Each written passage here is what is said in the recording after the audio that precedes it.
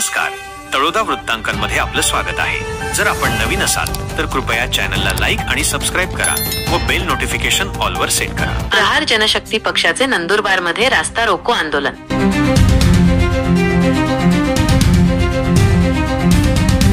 शेतकरी कर्जमाफीसह विविध मागण्यांसाठी आक्रमक।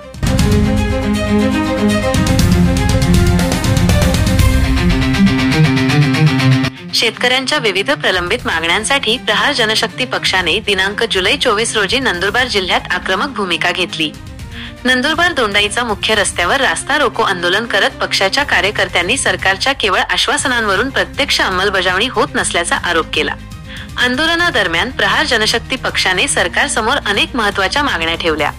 यात संपूर्ण कर्जमाफी, वीज बिल माफी, 24 तास वीज पुरवठा, सिंचन प्रकल्पांची कामे पूर्ण करून पाणी पुरवठा, पीक विमा योजनेतील अपूर्ण भरपाई तत्काळ देणे, सेंद्रिय खते आणि बियाण्यांच्या दरात सवलत तसेच कृषी उत्पन्न बाजार समितीमार्फत हमी भावाने खरेदी सुरू करावी या प्रमुख मागण्यांचा समावेश होता।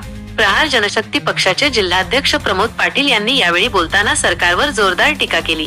ते म्हणाले, सरकारने निवडणुकीपूर्वी अनेक घोषणा केल्या, मात्र शेतकऱ्यांच्या प्रश्नांची अंमलबजावणी शून्य आहे। शेतकरी आर्थिक अडचणीत असून शासनाच्या उदासीनतेमुळे आम्हाला रस्त्यावर उतरावे लागले आहे। आमचा संघर्ष शेवटपर्यंत चालूच राहणार आहे। या आंदोलनात प्रहार जनशक्तीचे शेकडो कार्यकर्ते, शेतकरी आणि महिला मोठ्या संख्येने उपस्थित होते, ज्यामुळे रस्त्यावरील वाहतूक काही काळ थांबली होती। पोलिसांनी आंदोलकांशी संवाद साधून परिस्थिती नियंत्रणात आणली। प्रमोद पाटील यांनी पुन्हा एकदा शासनाने शेतकऱ्यांना न्याय द्यावा आणि मूलभूत सुविधा पुरवण्यात शासन अपयशी ठरल्याचे म्हटले। आज शेतकऱ्यांच्या प्रलंबित शेतकऱ्यांचं एकंदरीत कर्जमाफीसाठी असेल, दिव्यांगांचं 6,000 मानसिक मानधन असेल आणि पेरणी ते कापणी MRGSच्या माध्यमातून जो खर्च सरकारच्या माध्यमातून झाला पाहिजे तो असेल, अशा असंख्य 17 मागण्या आदरणीय बच्चू भाऊंनी मागणी केलेल्या आहेत। तरी सरकारने मान्य करत नसल्यामुळे हा एल्गार महाराष्ट्र व्यापी चक्काजाम आंदोलनाचा एल्गार पुकारलेला आहे।